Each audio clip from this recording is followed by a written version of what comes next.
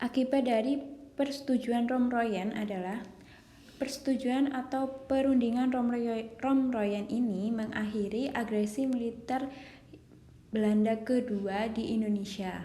Nah, perjanjian Romroyen ini dilakukan atau terjadi pada tanggal 14 April tahun 1949 dan baru ditandatangani atau diresmikan pada tanggal 7 Mei tahun 1949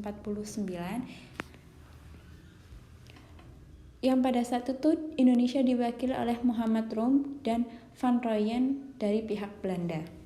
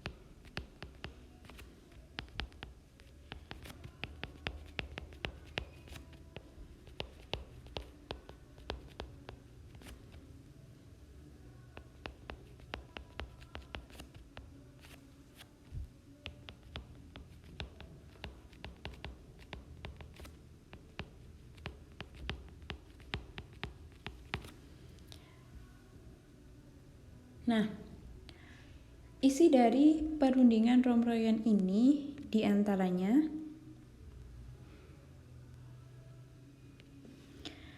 salah satu yang paling utama adalah ibu kota Republik Indonesia dikembalikan ke Yogyakarta, kemudian menghentikan gerakan-gerakan militer dan membebaskan tawanan politik.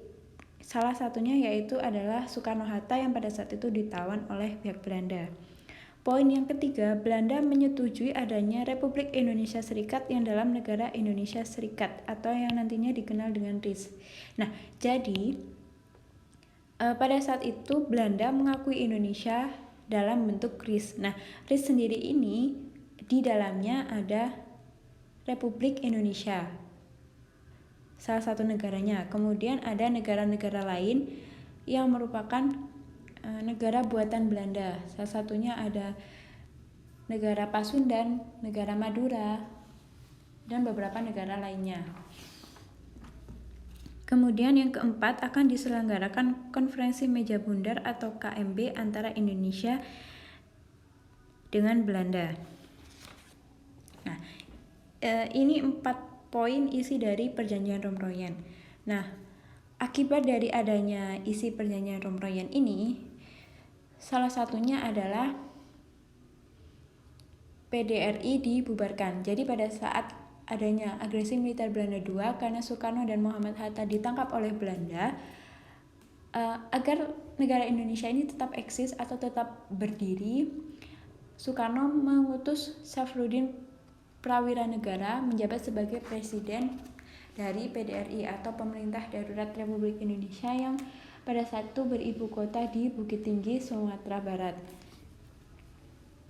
Kemudian akibat lain dari persetujuan Romroyen yaitu berdasarkan soal